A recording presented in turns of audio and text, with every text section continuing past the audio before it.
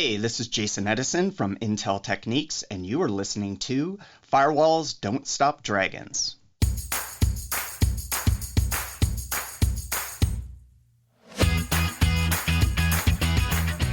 Hello, everybody. Welcome back to Firewalls Don't Stop Dragons. I'm your host, Kerry Parker. Today we have episode 386 for July 22nd, 2024. And man, do we have an amazing interview for you today. I've been looking forward to this one for a long time. There's been some great interviews this year, if I say so myself. But this was a really fun one. Jason was an amazing interview guest, and the topic matter, I think, was just fascinating. We're going to talk about open source intelligence, or OSINT, today. Jason is the perfect person to talk to about this because he works this from both sides. His day job, working for basically law enforcement, is finding people using open source intelligence, and kind of his night job or off job is helping people to not get found by stalkers and abusive spouses or just people who want to up their privacy game. So he's just an absolutely perfect person to talk to about this subject. And we're going to talk about some things that I bet most of you are not that familiar with, and will be surprised to find out how much information about you is out there and is readily available to anybody who knows how to look for it.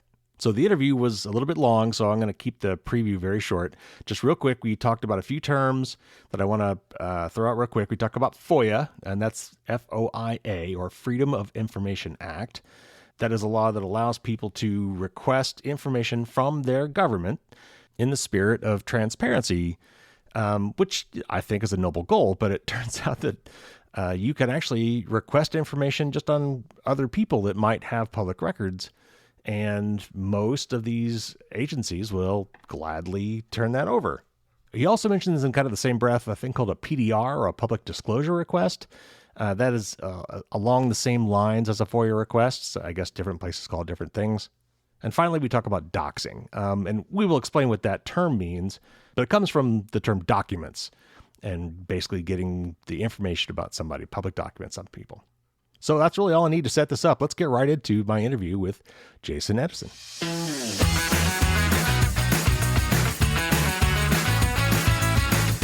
Jason Edison is a 25-year veteran for the major U.S. police department, where he serves as the technical lead for the agency's criminal intelligence and cyber crime sections. Prior to this, he ran undercover and electronic surveillance operations for long-term organized crime investigations. And last but certainly not least, Jason runs the open source intelligence, privacy, and security training programs at inteltechniques.com. Welcome to the show, Jason. Hey, Kerry. How's it going? I'm so looking forward to this. I've been following you guys for a while. You guys literally wrote the book on privacy, Michael Bazzell and yourself. I'm not sure how you divvy that up, but you guys have had some great tools and some great articles, and I've been following that for a long time. So I'm really, really psyched to get you on the show. And I've been wanting to do a show focused on open source intelligence, and I can't think of a better person to do that with. So thank you for being here. So why don't you start off a little bit more about your background. Tell us, what sorts of things you do for the police department. And I'm very curious to know what it's like to run undercover in electronic surveillance. What does that work entail exactly? Sure. And I always like to start off by giving a little bit of a background. It is weird for those of us in the privacy industry to talk about ourselves publicly, right. But on the intelligence side, we always say information does not become intelligence until you have context for it, right? And so it's important that when people are listening to my 2 cents worth on some of the topics we're going to cover today, that they understand where I come from, because that's going to bring into play my own perspectives, maybe my own biases, those different things. So my background is primarily in law enforcement in the U.S. I started in the mid-90s and have worked everything from being a patrol officer to street crimes, like doing undercover street buys.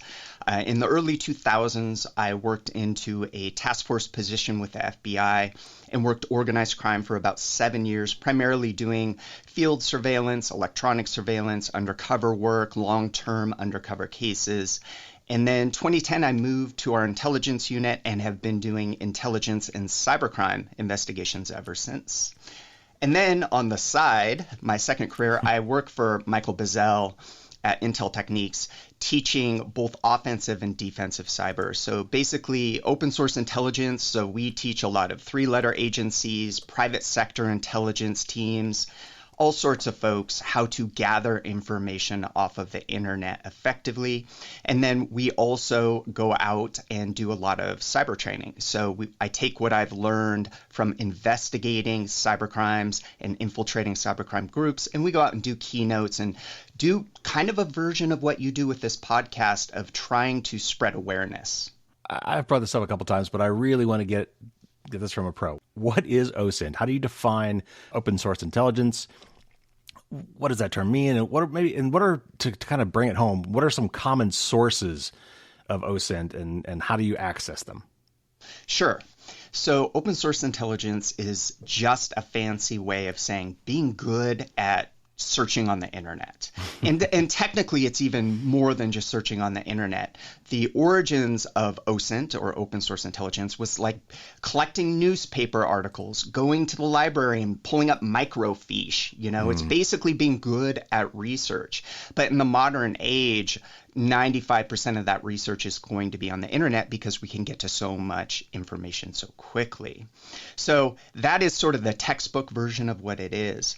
What I always like to add in there, because I think there's a pretty big spectrum of, quality of open source intelligence work, is if you're going to do this as a profession and not just a hobby, you need to also build up basic intelligence skills, which is things like gaining that context for what you find, fact-checking, sourcing, and basically being accountable for the research you do. And that's one of the big differences I see these days is there's a lot of people doing online research, open source intelligence, but professionals, we should all be checking our work, showing our work, and being accountable for our work. So I always like to add in that extra piece because sometimes when people come in and go through our training, I can teach them all the technical skills pretty easy, but sometimes the more important things are procedural, ethics, and all of those other things that sometimes we forget about, right?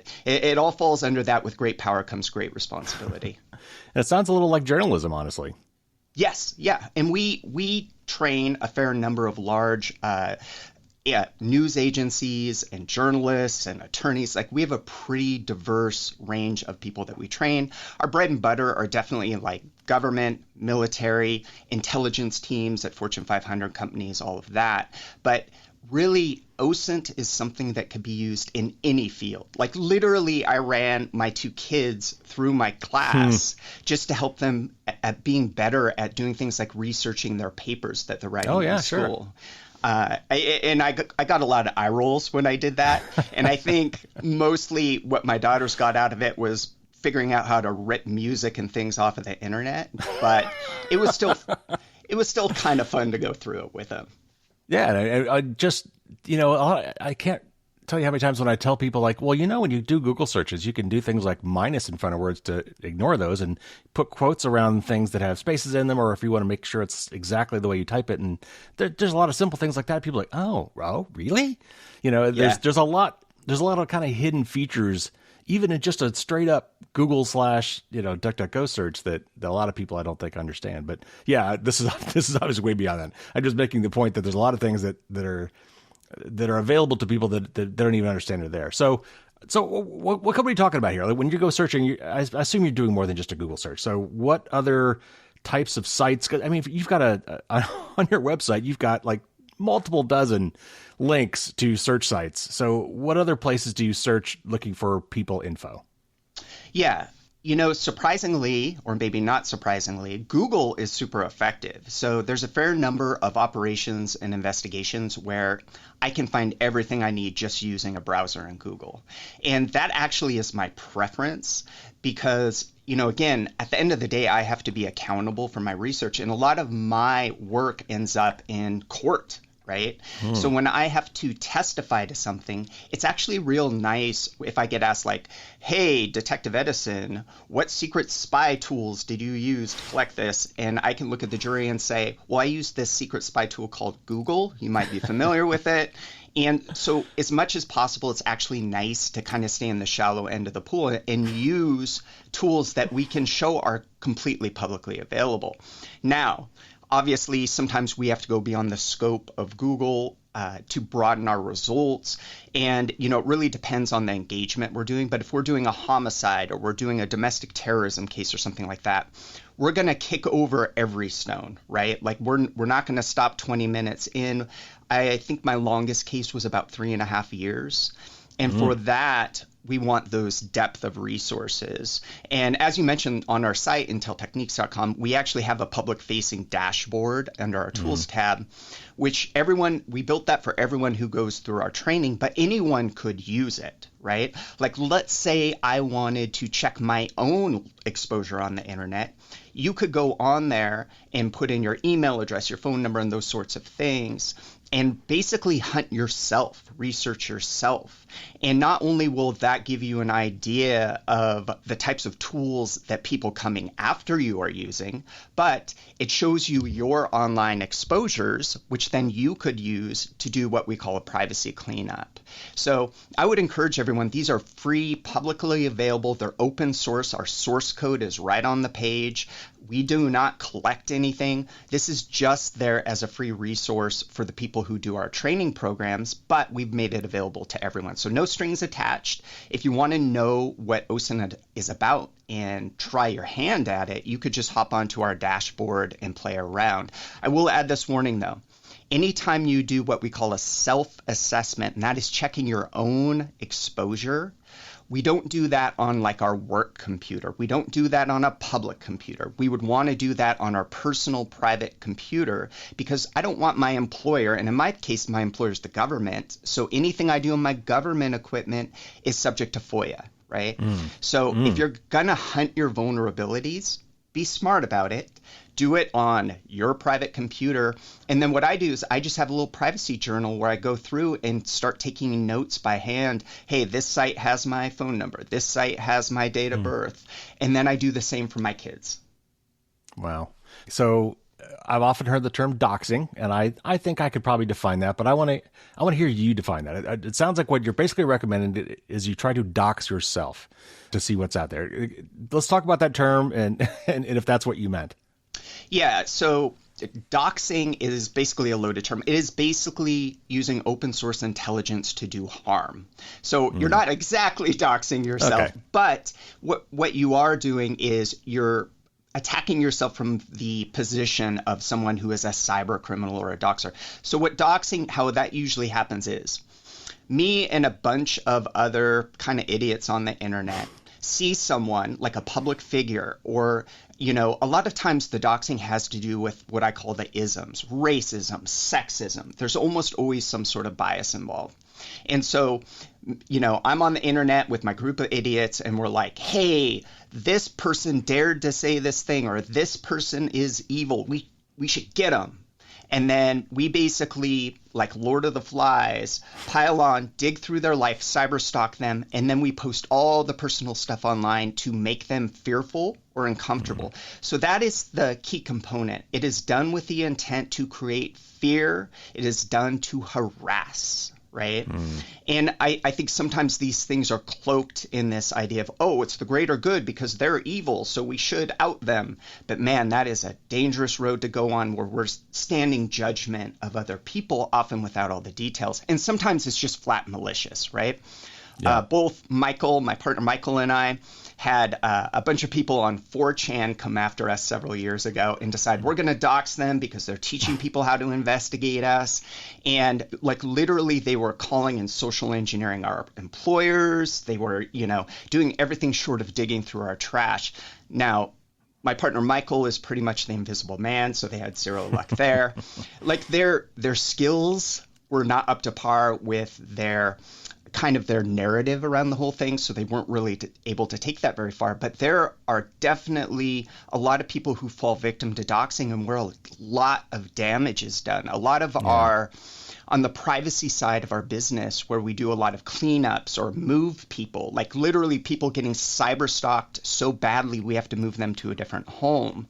We see a lot of this doxing as part of cyber harassment and things like extortion. Right? If I can go in and dig out all your personal photos, then I can start an extortion scheme to you. We see that a lot, both on our high profile targets, and clients, but also just on everyday people. I see it in my day job too as a detective. The extortion is a big deal. You've already basically mentioned it. You're kind of basically playing like offense during the day and defense at night kind of thing. You're doing both sides of this thing. So how does each one of those inform the other? And I'll go ahead and bring up the question you kind of alluded to. Is, someone who works for the government in intelligence and who is also a privacy advocate. What are your thoughts on mass surveillance? How do you do both, and how do they affect each other from when you play both sides? Yeah, and I think the short answer is, just like anything else, having experience on both the offensive and defensive sides is huge, right? Because you can anticipate attacks. You know what sort of threat model you are in and what sort of attack surface you have because you've been the attacker before, right? And folks who work in the InfoSec field, folks who work in the military, anything where we do things like red teaming, where red teaming is basically where you and I work together and we attack each other, so we get used to defending against the attacks, right? That's like a real simple example. That the whole idea of a red team is attack ourselves so that we learn both sides of that equation and can test our defenses. So there's definite advantages there. One training I went to years ago, I was going through a boot camp to do my certified ethical hacker certification. And about halfway through this class, I'm looking around the room. I am the only non-engineer in the room. Like there's 30 people from InfoSec, and I just remember thinking, I am by far the dumbest person in this room. Like these were super smart, experienced people.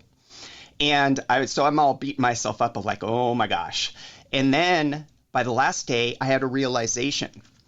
Everyone in that room had superior technical experience and skills, but it became clear because of all the water cooler talk and all the discussions of anytime cyber crime came up, even though it was an information security class and about hacking, no one else in the room had ever had any experience working with exposure to crime, like criminals. Like people had had their cars prowled, but nobody had spent time with criminals. Nobody had infiltrated criminal. And what I had the sudden realization was that my experience on the investigative side was a huge benefit to me on the defensive side because I understand the culture of organized crime. I understand the culture of the enemy. And that is huge because in intelligence, we call that cultural intelligence. And I've really come to, over the years, appreciate how that is a very, very important thing, is understanding the adversary. What are their goals? What are their methods? What are their tendencies? Because one of the things we use most in intelligence is people are generally predictable because we tend to do things in patterns. But if you don't understand someone's culture, one, you're not going to be able to see those patterns, and two, you're not going to understand what they mean. And then as far as government mass surveillance, so that's real interesting for me because I used to literally do electronic surveillance, like putting out cameras, putting hidden, recording devices on undercover informants, things like that. And now I also work on the private sector quite a bit for doing privacy, and I really care about privacy for myself. And so this could be a 5-hour conversation about this, but I will just tell you, having worked both sides, I am not, for me and my family, worried about what most people consider mass government surveillance, like the cameras and all those things. What a lot of people don't realize, because a lot of people's idea of what we do, especially in law enforcement, is driven off of the internet and shows and things like that. Yeah. There's no one I work with who shows up at work and is like, tapping their fingers together like Mr. Burns on The Simpsons, deciding how we can, do mass surveillance on people. The reality is it's a lot of not having enough resources, having too many tasks to do. We can't even catch all the bank robbers and, murderers and all of those things. Nobody's got the time to spy on the masses, right? So that has been my experience. I'm not, I can't say that there's no hidden secret government group somewhere not doing things, but I've worked with almost every 3-letter agency. I work with all the largest police agencies in the nation and a lot of the private sector intelligence agencies. And so I will tell you, having kind of a foot in both sides, I am more concerned about the massive collection of just day-to-day data off of things like the internet and taxes and so on the government side, when I meet with decision makers, the drum that I keep beating is we need to stop collecting so much because we can't protect it. I am more concerned as a citizen of the government getting my data breached than them putting cameras out or something like that, because I know that is much more likely to affect me, right? Now, if your threat model is that the government's your enemy, then that probably is going to be a different perspective for you. But for me, it's things like shortly after COVID, there was a massive nationwide unemployment scam going on where millions of people had their identity stolen. And that was just more incompetence and lack of resources. So my biggest issue with the government as far as working there is we do not do a good job of protecting the data we have, and we need to stop collecting so much. Right? It's kind of similar to where you go to your doctor's office, and what I have started saying when I go to see a doctor is when they ask for my social security number, I politely decline. They do not need my social security number. That is a tax number, right? So I think if we can all start bringing these issues up of like, why are all these organizations, private and public, collecting so much in the first place? Because anyone who works in information security or works on my side of the house knows we can't protect it all. Like the days of putting up walls is over. So I just think the first step is encouraging that the government just collect and control less. And then I think I have to remind us all, we have a role in this. We have been led into a culture of constantly trading our data for stuff.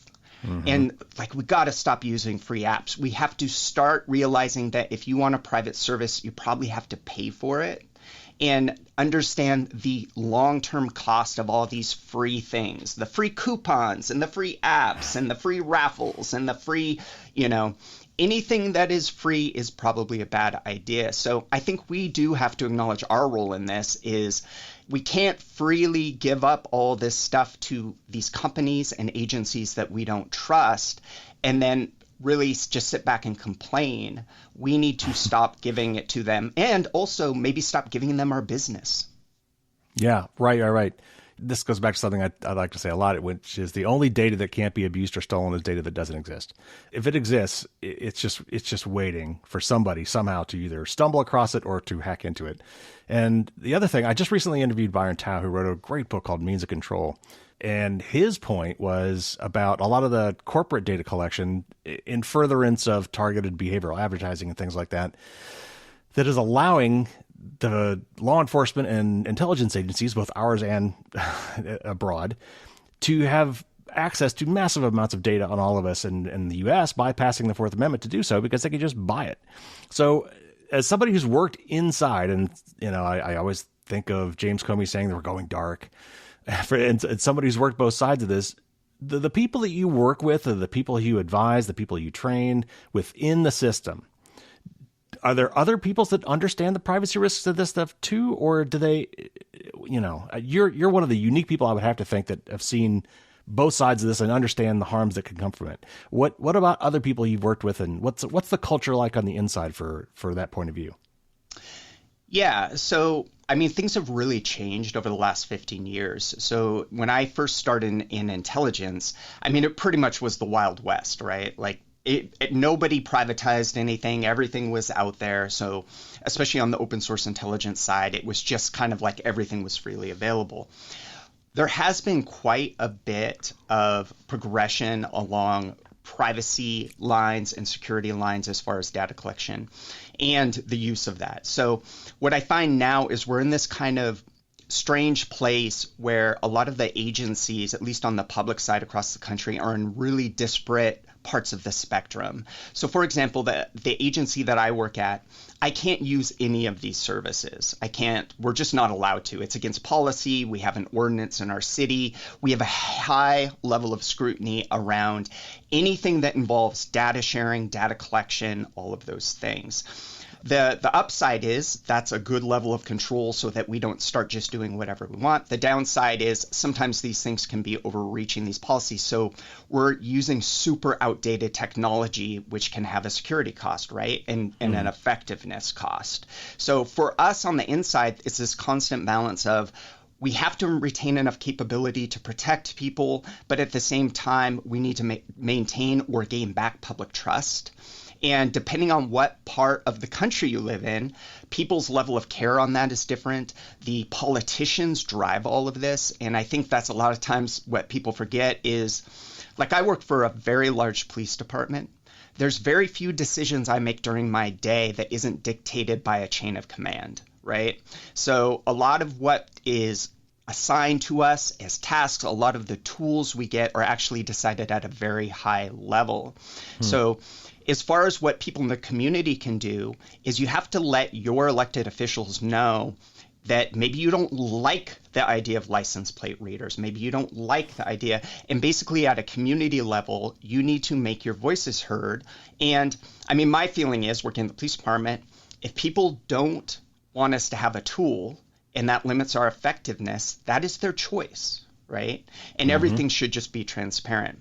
I think my perspective is a little skewed because I work in one of the more restrictive agencies in the country, but I do travel around, and I will tell you there is more and more attention being paid to the privacy implications of these things. But it is going to vary from community to community, and my guess is a lot of that is based in the politics of different communities. And then at the national level, everything is much more murky.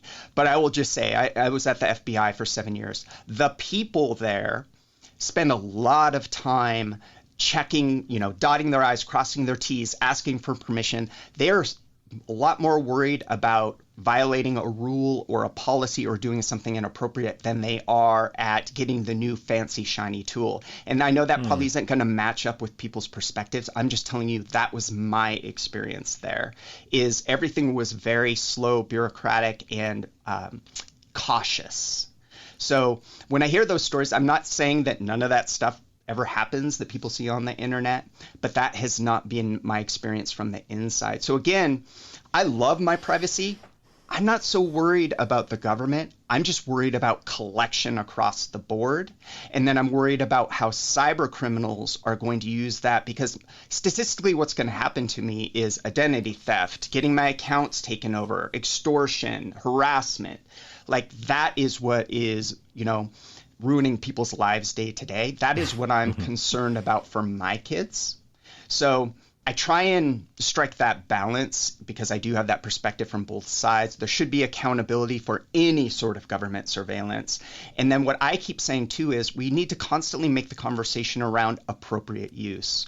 I will also say, like on the electronic surveillance side, there's almost nothing I can do to get your private data that I don't need a judge to approve, right? And again, that might be a little different at the federal level, but if I want to, collect any of your actual private data, or if I want to hide a hidden microphone or do all those things, I'm going to need to get an approval from a judge. So a lot of the things people think that we can do willy-nilly are actually already protected by a level of authority or court approval, at least in the U.S. I know it varies vastly around the world. Right. I think people would be surprised about how restricted we are because that's not the narrative on the internet. All right, so let me dig a little deeper on that and push back a little bit. What I'm hearing is, and I want to understand where this is coming from. Is this because folks in law enforcement are trained to be rule followers, and therefore they follow the rules that are there and look to their leaders to help them interpret those rules and go by? Because this happens a lot in law enforcement from what I've read. Someone says, hey, can we do this? And it goes up the chain and some lawyer signs off of it, and then like, oh, lawyer signed off. We're good. Let's do this. And I think to some extent, this is kind of what Snowden exposed is they figured out some kind of creative ways to follow the rules, and I'm doing air quotes that you can't see, but really broke the spirit of those rules. What is your take on that? Is it that the most people want to make sure that they're finding stuff that's going to stand up in court, that's going to be admissible so they can get the bad guys, and they want to make sure that some lawyer somewhere signed off on the policy? Or are there really people in law enforcement who say, you know what, this might be legal, but it's not right, this seems shady? So what's your take? Yeah, so we actually have these conversations quite a bit. And to clarify, because of my role in my agency is a little bit more of a lead role, right? Because I've been doing it for a long time. So I am part of a lot of these conversations with commanders, city leaders about surveillance, right? We have a lot of discussions about this. And I will say, I've definitely witnessed kind of what you're talking about, which is, I'll give you an imaginary example that reflects similar situations that I've seen in real life. So we have our child exploitation unit, right? And there is no unit in law enforcement that we can, more so get universally behind, right? Yeah. And so I'm using that as an example because that is the example where everybody in the community online, everyone agrees, like, yeah, we need to catch these predators type of deal. One of the dangers of doing that kind of work is, one, the detectives get burned out so quickly because they have to see such horrible things. But two, you always have to be careful anytime you have an emotional investment. Now, every time I meet a victim, I have some level of emotional investment, right? Because they've been, raped, stabbed, robbed, all these horrible things. But there's no level of empathy that's going to be deeper than, when a child's harmed. And so what you can see in those cases sometimes is detectives or officers, I don't often see them color outside the lines, but I could see them, like you said, like, technically we can do this thing. And if we're ever going to do it, shouldn't we do it to protect this child? Like that type. And I think that's where people would start to be like, oh, that can be a slippery slope. Now, in my organization, we have so many checks and balances. So anytime anything is on the fence, it gets kicked up to us and those of us who have been doing this longer. And just as my offensive experience helps my privacy perspective, vice versa, right? So I'm usually the person in our agency who is bringing up the privacy concern. And we have those conversations about, yes, technically we can do this, but should we do it? Yeah. And when people come into my squad and we train them up, that's one of the first things I try and teach them is the first question should not be, how can I do this? The first question should be, should I do this? Now, I'm not going to say that is something universal through law enforcement that people are doing, but it is something we're trying to promote. And just like everything else, right, cultures are slow to change. But I will say most groups I've worked with naturally seem very professional, very responsible. But we always will have a bad apple here, a bad apple there, or everyone who's listening to this has worked with people, right? And in any organization, you're going to have some people who are bad at their job, right? Like there's no getting around it. So I do occasionally find myself cleaning up messes where someone got a technology they shouldn't have been able to get, or someone colored outside the lines. And my feeling on that is we just have to own it, right? Here's what happened. Yes, this was a big mess up, and yes, there needs to be accountability. We own it, have the conversation, learn from it, and move on. So it is definitely an issue, but I think overall my feeling is we're going in a good direction. We definitely have much more accountability and constraints than we had 10 years ago. Yeah, and to me it almost feels like, and I guess you've been around long enough, you may have seen this. I'll be curious to know if you noticed a change. After 9/11, there was definitely this notion of never again.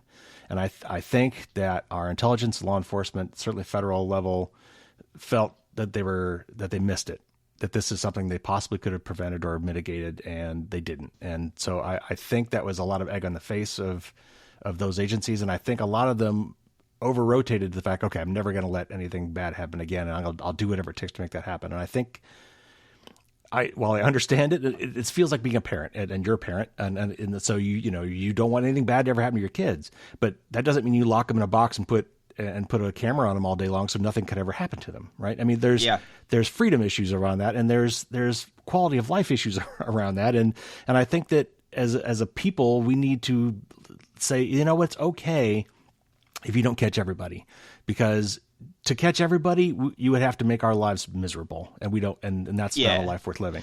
So I will tell you, on our side, it is like, there is no time in my career where it's felt okay to not catch someone. Like, that is, I appreciate like that sentiment, but the reality is basically, again, probably like a lot of other jobs, you tend to be held accountable when you mess up, but you tend to not really get credit when you're successful. Like, it's our mistakes that mostly rise to the surface. But I will add this. It is definitely a balance. And, the kind of the similarity I would use, or the metaphor would be, in the security world, one of our biggest obstacles is the balance between convenience and security, because they're diametrically opposed, right?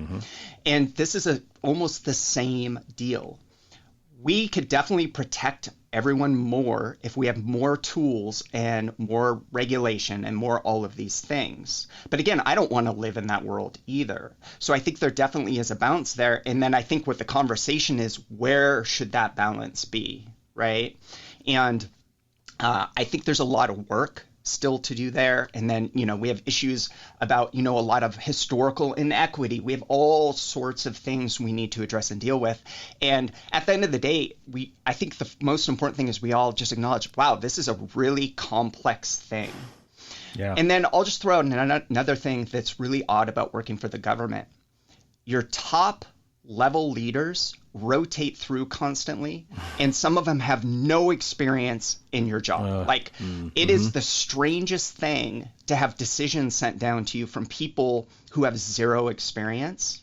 And so that, to me, I've been doing my job for over 25 years.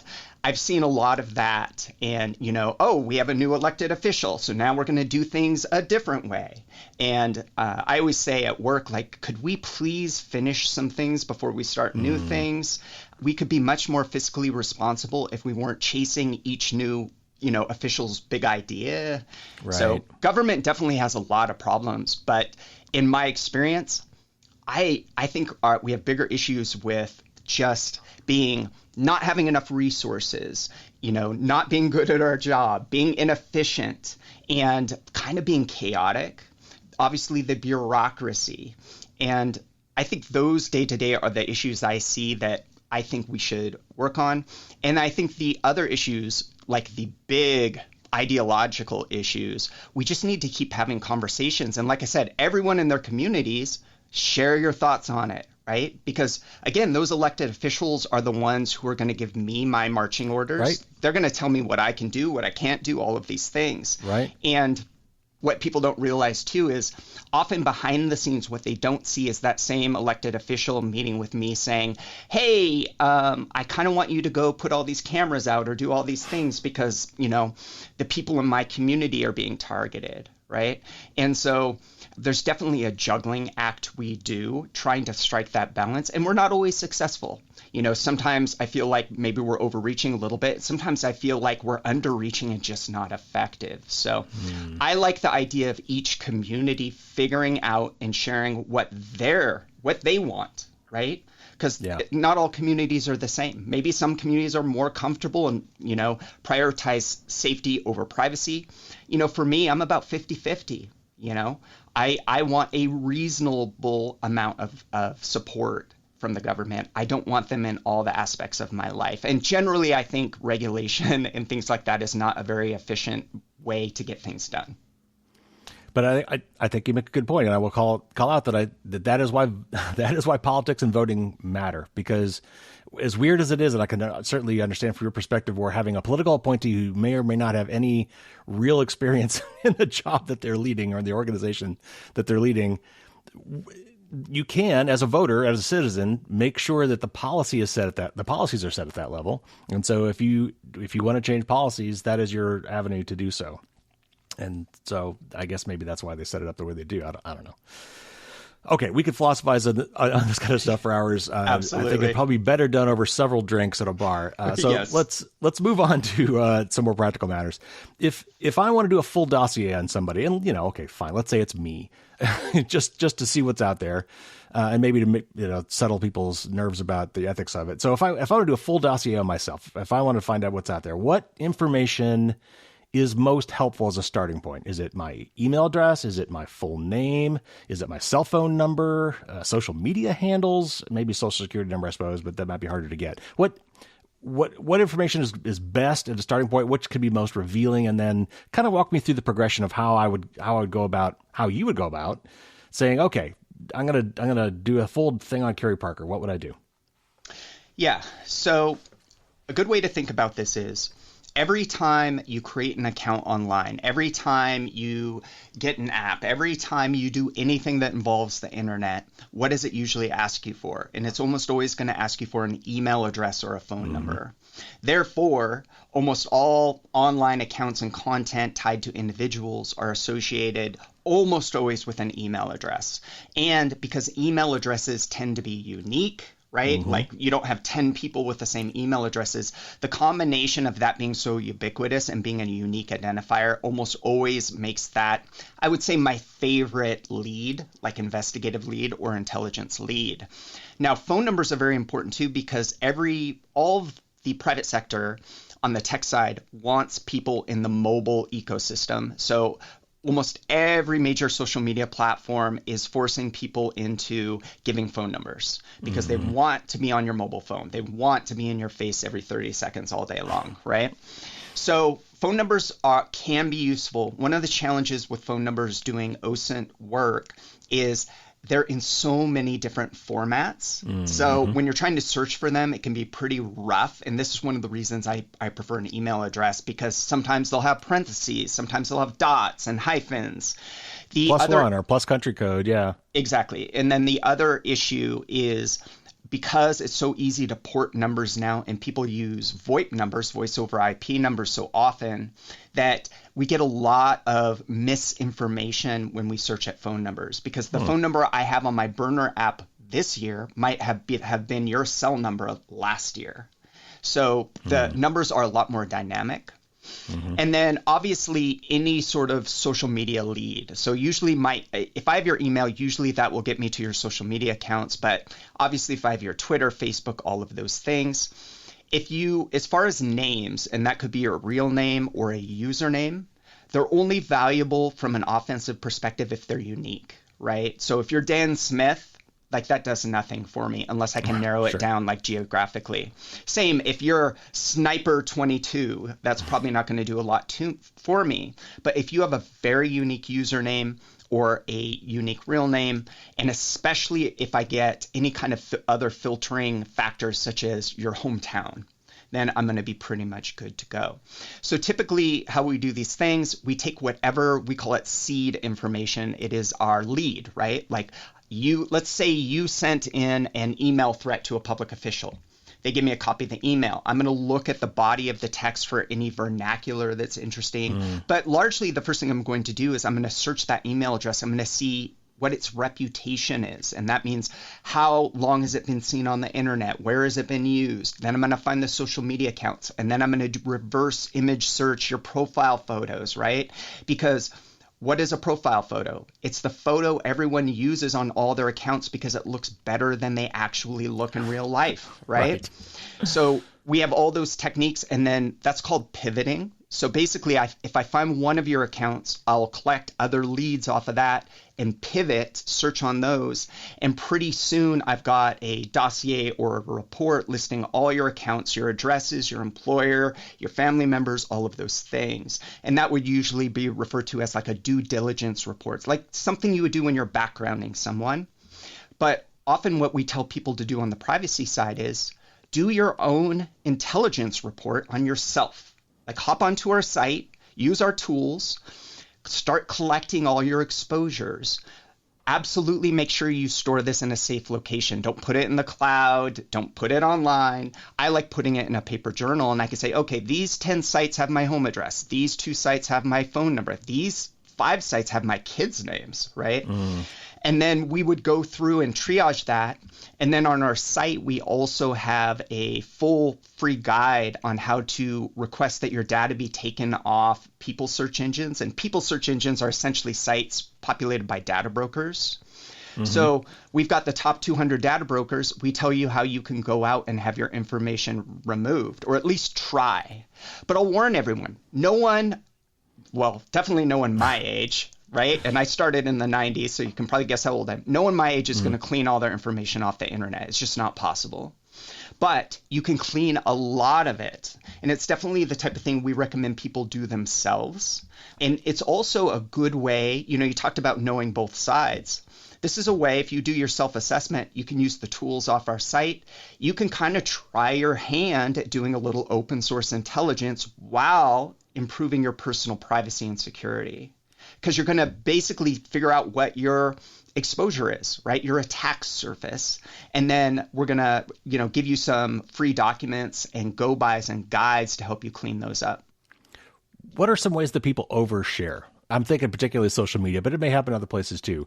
One of the reasons that I always hate the idea of the 3 security questions, for account recovery is most of that information you could probably find in somebody's Facebook feed. What town they grew up in, what was their dog's name in high school, what was, what's their maiden name, a lot of that information, what school did they go to in elementary school? Some people overshare a lot of that stuff. And I would think that a lot of that information, if you knew what you were doing, you could find it. So how do people trip up in the OSINT world and give away too much information? What are some common ways that people overshare? I think social media is the top one. I mean, really everything you do on social media is exposing you. Right? Unless you are doing it under a fake identity, like an alias, or we call those burner accounts or puppet accounts. And even then, you're still going to probably be connected to people in your lives, and those human connections are things that can be exploited. So one of the most prolific cybercrimes, obviously, are things like phishing and things like that. And sometimes what people don't realize is the person who targets you have maybe come into their crosshairs because they've already victimized someone else in your life. And because all of our interconnections are online, like if someone in my group gets exposed, we're all typically then attacked, right? It's definitely a weakest link thing. So it's sort of a tough question because the honest answer is all the oversharing online is problematic from a defensive perspective. The thing is, though, and I'm not the guy who goes around when I'm doing my keynotes and my privacy events. I'm not the guy who says, if you're on the internet, you're dumb. You need to get off the internet, right? So I acknowledge, because I'm a middle of the road guy. I mean, honestly, once you have kids, your ability to be private is pretty much shy anyway. Right. Because you got all the, soccer leagues and potlucks and other parents. But what I would say is, having your accounts is fine, but so few of us go through and check all the privacy and security settings.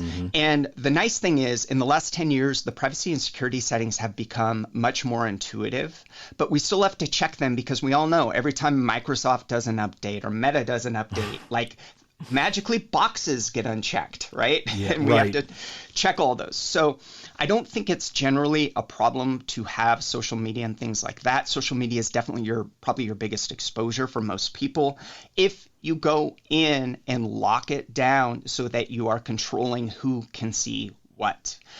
I will tell you on the offensive side, because, I'm a good guy. We don't hack people. We're not cracking code. We're not doing any of that stuff. So if it's private, it's private, right? And I have people that come to me for training and they're like, tell us how to get to all the stuff that's private. And the first thing I say is, if it's private, even if we could get to it, legally we can't get to it, right? So unless we get a warrant or a subpoena or something like that from a court, it doesn't matter that, figuring out the technique, because we are not hackers, right? We are not breaking into people's account. What we are is very, very good at finding the stuff that is public. So your best move on the defensive side is make as much not public as possible, right? So checking settings, I often say, when I'm talking to groups, if you do just a few things, you can mitigate 98% of your privacy and security exposure. So one thing is checking all your account and device settings, just checking them and making the logical choices. And do it periodically, as you said, because they change. Yes. And then, as you know, using a password manager and having unique long passphrases on all your accounts eliminates another like 50% of all attacks. And then if you have multi-factor authentication, if you do all three of those things, and then the fourth one I always tack on to is listening to your gut. So anything that communication that is urgent is almost certainly phishing or a scam, right? If you do those four things, check your settings on accounts and devices, password manager, all new, long, unique passcodes on your accounts, MFA on every account that takes it, and listen to your gut, you're 98% bulletproof on the internet. So, because a lot of the groups I talk to aren't like technically advanced folks, right? They're from the insurance industry or accountants or those different things. That's what I always like to leave them with. And that's the same advice I give my mother-in-law. It's the same advice I give friends who don't work in this industry. If you do those four things, you don't have to overcomplicate it. Because what I found is, if you try to do extreme privacy like Michael Bazell, one, you're probably going to fail. Two, you're going to be super frustrated. Yeah. Three, he works on that every single day. It is a lifestyle. So I think setting reasonable goals and reasonable expectations, and the metaphor I always use is I love hiking, right? That's my favorite personal hobby. I know, again, weird to talk about private things in a public space, but for context, I love hiking. So where I typically hike is bear country, and I have friends who carry like 44s in their belt, and that always makes me laugh a little bit because even in law enforcement, most people can't shoot very well under heavy stress. Nobody's going to hit a bear when it's running at them unless they train all the time. So my rule of thumb is hike in a group, don't be the slowest runner, right? So cyber is the same. It's not about being completely bulletproof. It's about just being better protected than everyone else. Well, and the other thing I want to call back to that you said that I think is important and that I like to call attention to is that privacy and security are we things, not me things. That your security and your privacy overlap mine. If you mess up, then you make me vulnerable. But by the same token, if you do better, you make things better for me too, and vice versa. So it's important that I think that even if you don't worry about yourself, it's important to understand that everybody in your social graph is also affected by what you do or don't do. And it does spread like in a good way, right? Like like my oldest is in college now. And for her, the things she used to eye roll at me for, every once in a while, I'll see like kind of pop up just some things she picked up. Like when she was in, a sophomore in high school, all she cared about was getting to Netflix without dad's firewall blocking her. But now I see her interacting like with her friends and helping people with their password managers and all of those things. So I think even if you don't see it in the moment, by walking the walk in our friend groups and family groups, like we are infecting those around us with good digital hygiene habits. Right. Okay, so we talked about social media and things that we actually kind of actively do, but there's another area of OSINT that I want to make sure we talk about, and that's something I think a lot of people don't have a good grasp on. That is public records, like government public records. This is the reason why if you get in a car accident, all of a sudden you're getting all these, emails from lawyers wanting to represent you, or, when you get divorced or to buy a new house, you get all these things for HELOCs, and, there are public records that expose you. So in the old days, though, when I say old days, I mean like, when we were young, maybe 20, 30 years ago, you would have to get a public record. They were public, but you'd have to like physically walk down to the county courthouse, file a form, wait a few minutes, maybe for lucky, you'd get a copy of something and maybe pay a fee. Or, maybe you could actually, maybe even back then you could send a mail, something through snail mail to get a record. But today they're all online and a lot of times they're all free. What is the implication to our privacy for that? Like what kind of public records maybe are we not thinking about that where we could be exposed that are freely available? Your voting record, for example, property taxes. There's so many things that are online. Help us understand what that attack surface looks like. And then do we make a mistake? Like, is it a bad thing to have all this personal stuff that available? Should we be rate limiting people so they're not being scraped or, I don't know, what other defenses against this? Yeah, I have strong feelings about this. So I actually spend a lot of time in my days responding to things like FOIAs, right? Because my state that I'm in has a pretty overly broad FOIA and public disclosure law. And so we basically give everything. So anyone can basically request anything they want from my agency, and we redact almost nothing. And that can be very problematic, right? Because if you're one of our customers, and in my case, that might mean you're a victim or a witness, we're going to just give away your details, right? So you're the witness of a shooting. You haven't done anything wrong, but we collected all your personal information so we can contact you, interview, and, have you as a witness in court.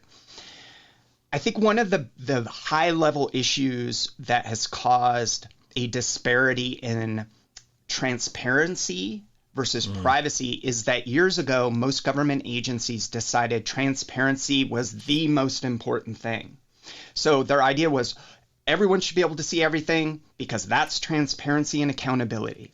Well, those laws were meant so that we could hold our top level officials accountable. They were not meant so that your neighbor could dig into your police report and see all your details.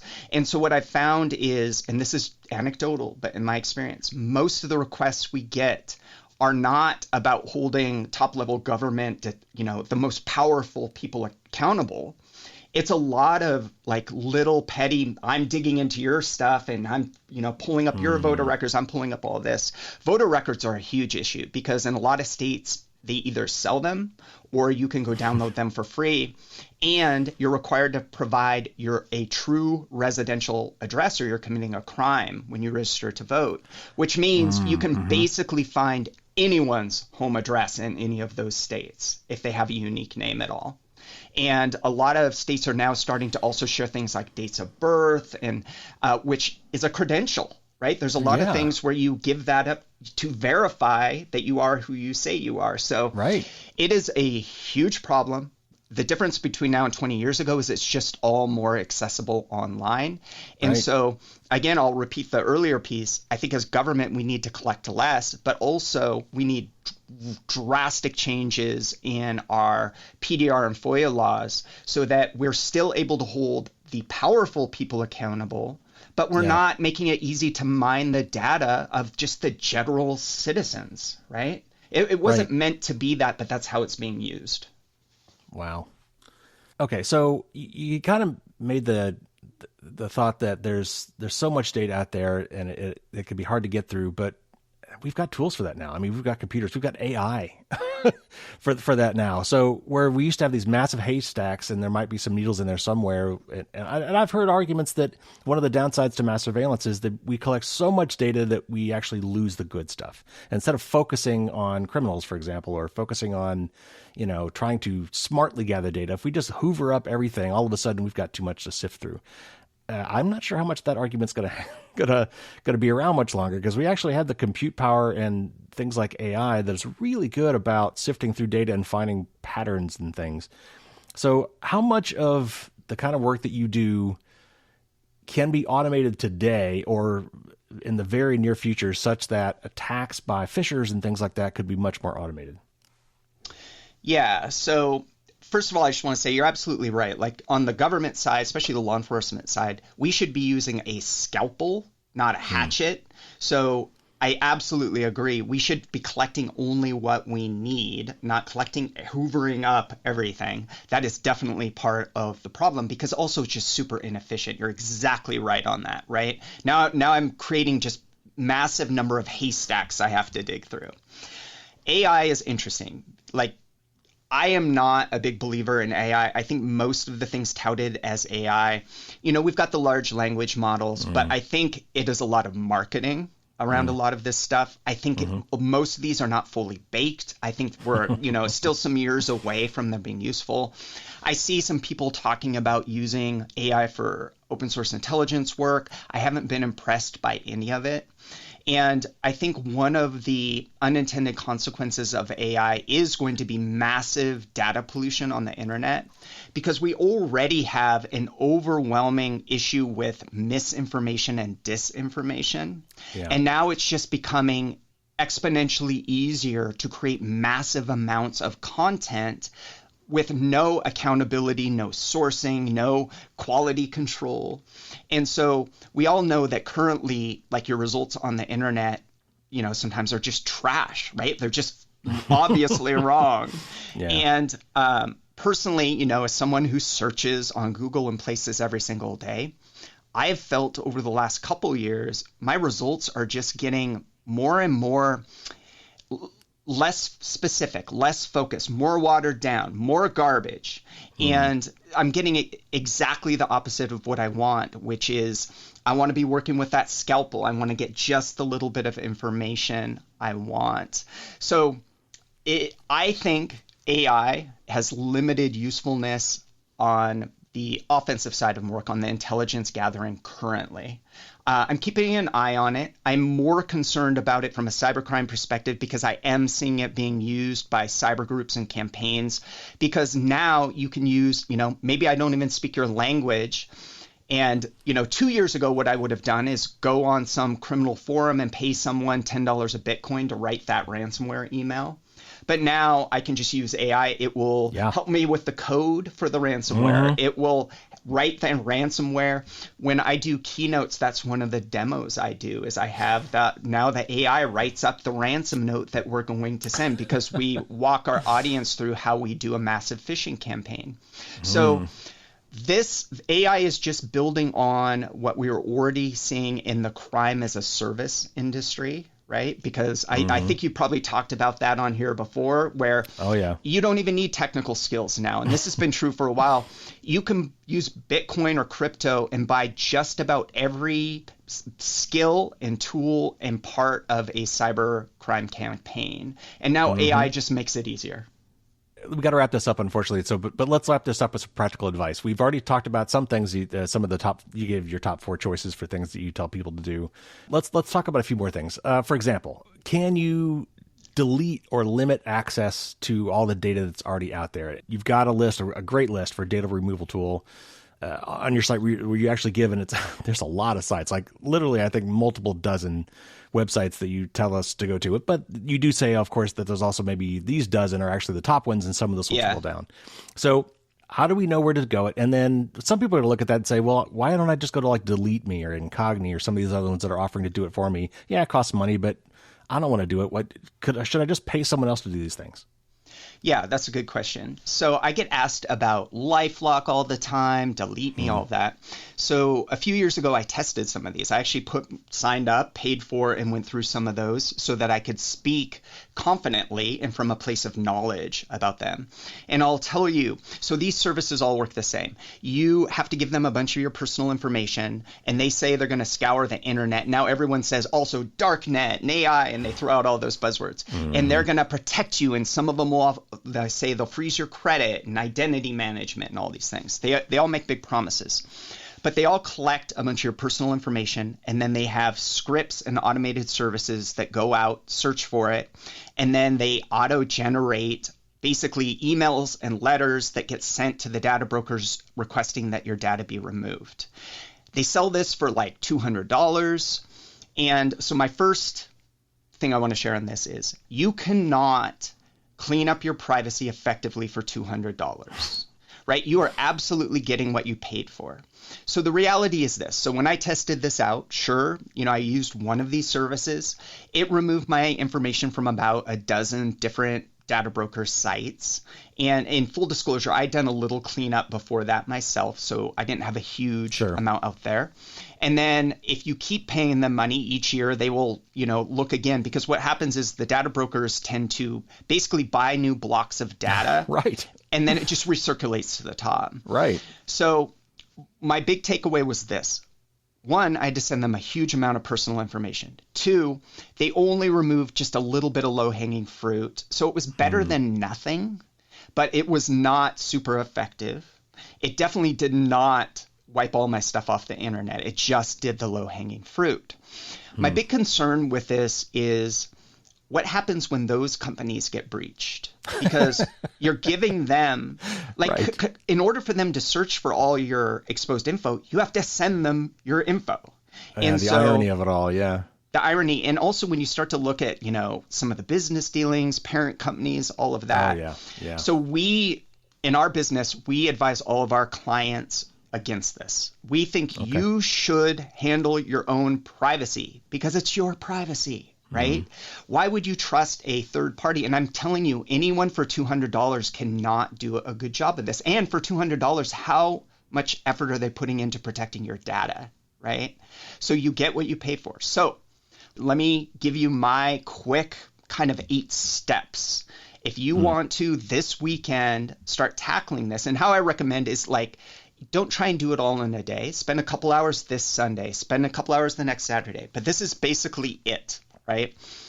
Start a privacy journal, as I mentioned before. Number 2, freeze your credit. That mitigates about 95% of identity theft. In the US, you are allowed to freeze your credit by law. This law changed a few years ago. You do not have to pay for it. We have instructions on this in our privacy guide on the site, so you can just download it and follow our steps.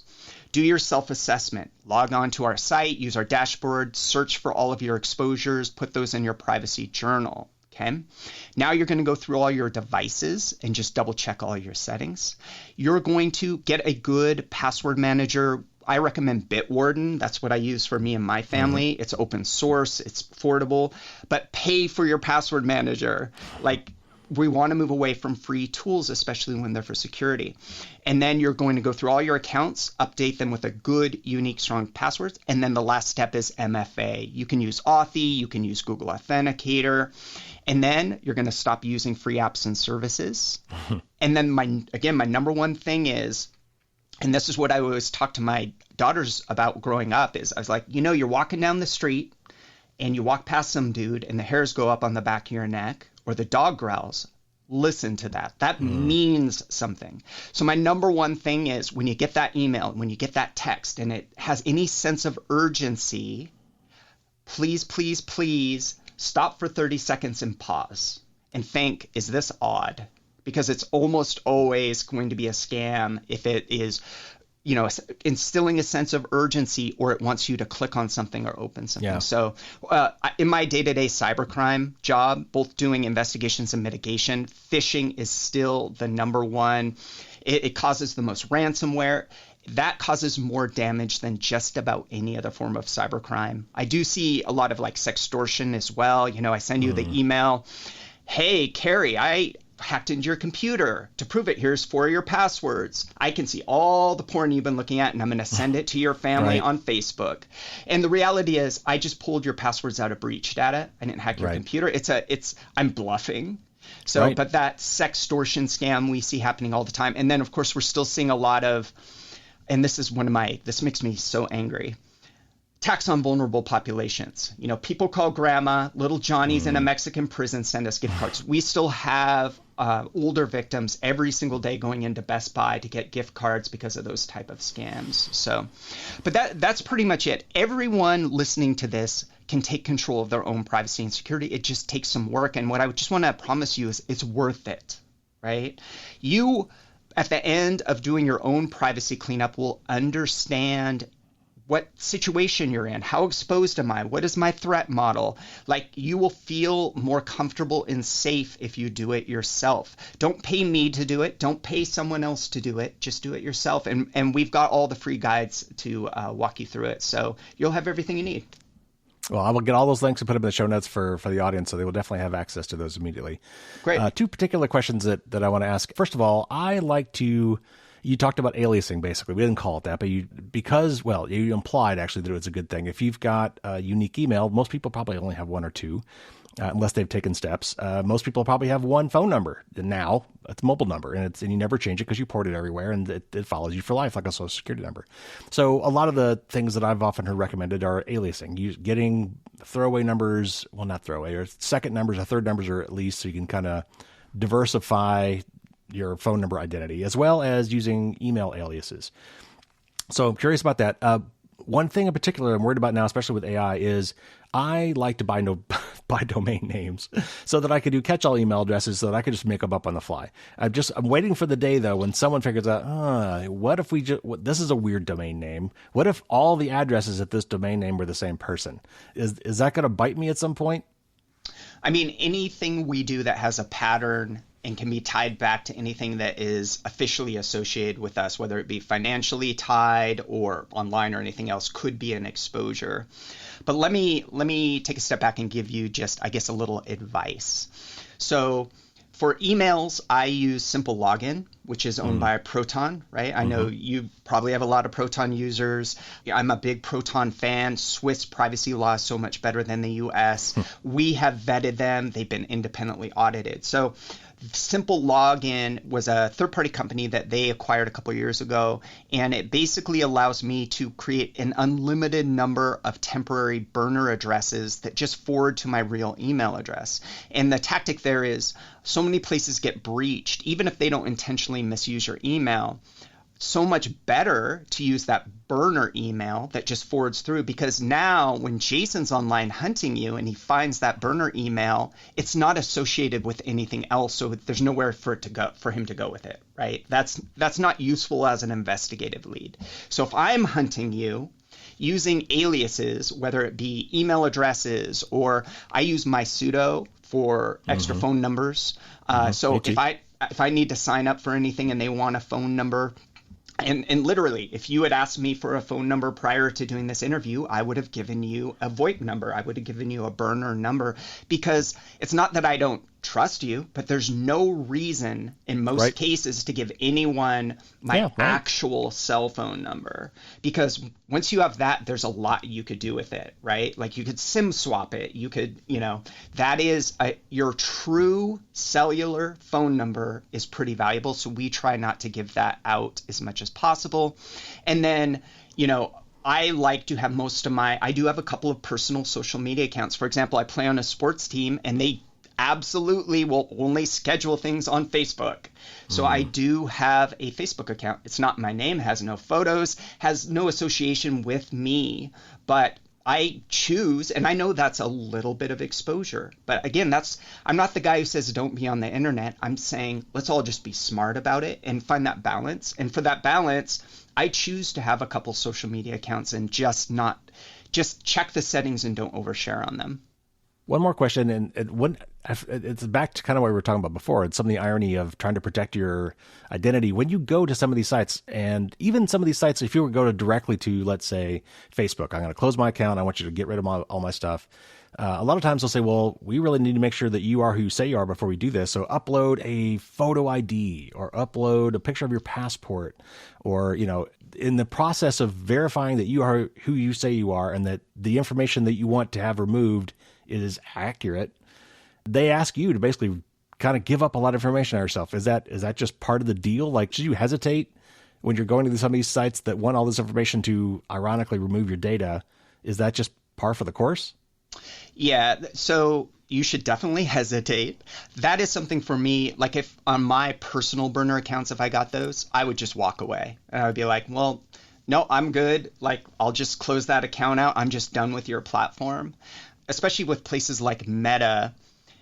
I mean, why do you think they're asking for a face shot or a government ID, right? Obviously, it's for facial recognition, and I do not trust that is all just to verify me, right? They want to get us in their database because that data is so valuable, and especially Meta has really been pushing facial recognition for a long time, right? Ever since tagging people in photos began. So I don't trust that. I don't like that. Now, I will give you a little pro tip. One thing I do, which probably most people don't do, is sometimes I go in and actually dig through the terms of service. And if you start digging through, especially on Meta, like if they ask you for your government ID, to me, that is a huge overreach, right? Like they don't have the authority for that. And I guess their argument would be like, well, you don't have to give it to us, but we also don't have to let you back into your account.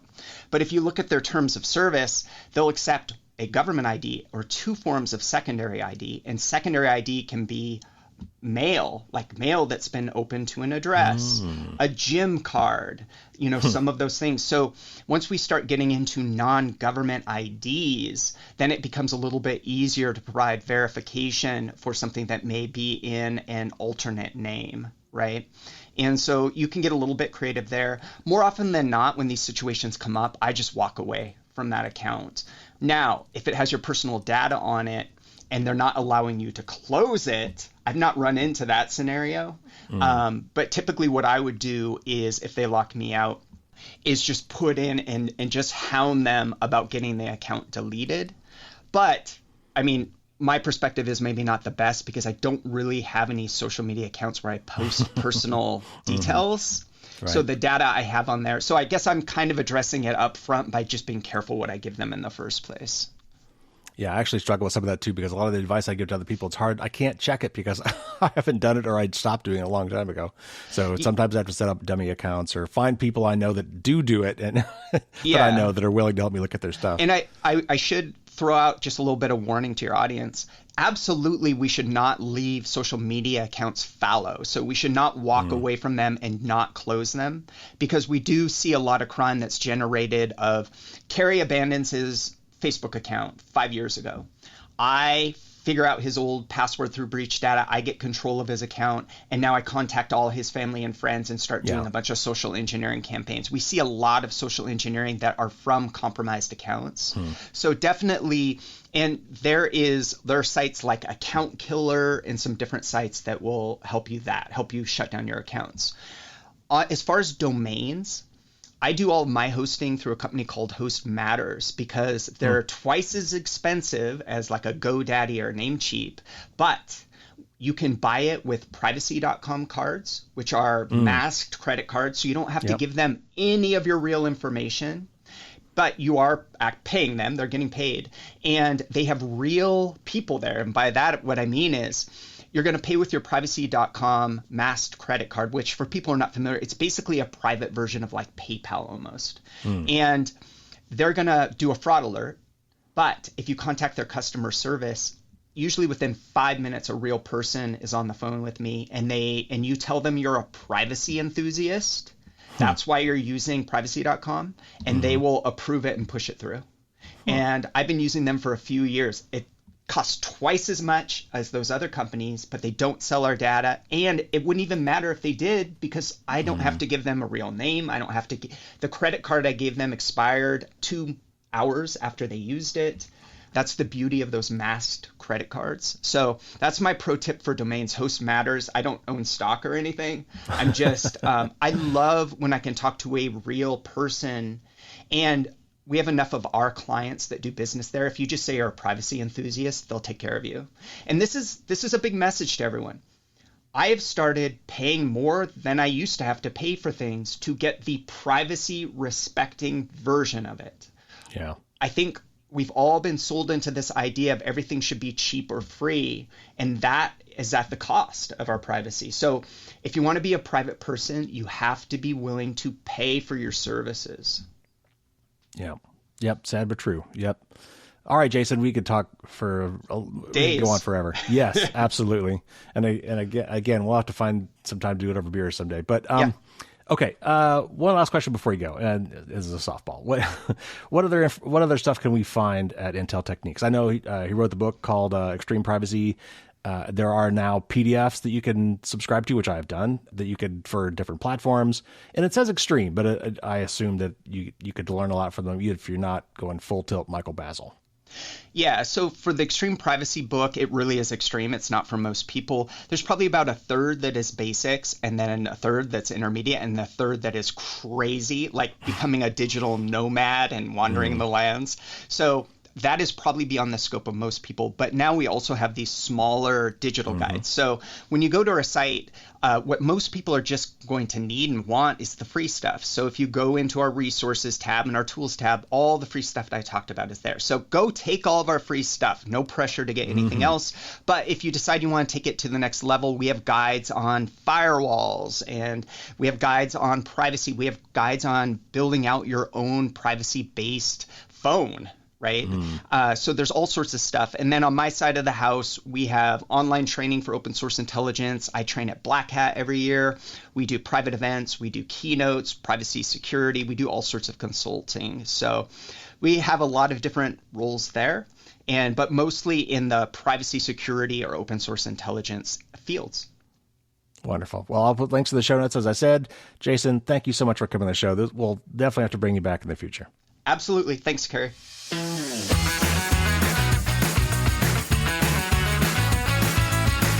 I really enjoyed that interview. I hope you did too. That was a lot of fun. Very, very interesting, and brought out a lot of things that I don't think a lot of us think about.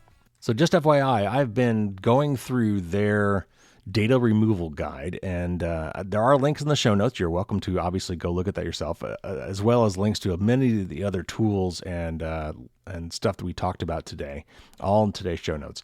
But I am going through the process of requesting that my data be deleted or in some cases suppressed, and I'll explain that when the time comes, using the documents that these guys have put out, which are very, very helpful. I'm taking a whole bunch of notes, and I'm going to be talking about that. I might even make that like a whole episode, because I'm just shocked at the things that I'm finding and the weird aspects to how all of these things work. It will be a tip of the week for sure, but it's going to be a big one. So we'll see. I might end up having to dedicate a whole kind of episode to this. We will see. But know that is coming. So you're welcome to look at it now. But if you want me to kind of blaze the trail for you, stay tuned, because I will be giving you my experiences on this and give you some tips and tricks for things that I found along the way that may help you out if and when you decide to do this for yourself. And I think you should, by the way. For as kind of painful and weird as this process has been, it was very enlightening. And I after having done it, I will agree with Jason that it's something you shouldn't pay someone else to do. You should do it yourself and pace yourself and spread it out over time. So anyway, I will give you my take on that and maybe my advice on how to go about doing that in a future show, not too long from now. Patrons on Thursday will get some really fun bonus content with Jason. I asked him, so how do you pronounce Michael Bazel or Basil? How do you pronounce that last name? And his answer was surprising and hilarious. We also talk about using disinformation to mask your own data, throwing out some of that chaff. He has some interesting takes on that. You will find out why you actually are more likely to have your information exposed by FOIA requests than your elected officials. And then I had to ask him, since they take care of some of these high-profile clients, when you go through the looking glass, what is it like when you try to take, the extreme measures to scrub people's information from the internet? So all very interesting stuff, and that will be coming for the patrons as usual on the Thursday bonus podcast. Next week we'll have a news show. Again, I will definitely cover the CloudStrike debacle, and maybe I'll be ready to talk about the data deletion project that I'm on. But if not next week, it will be soon. That'll do it this week. Take care, everybody. Stay safe out there. And until next week, as always, don't get caught with your drawbridge down.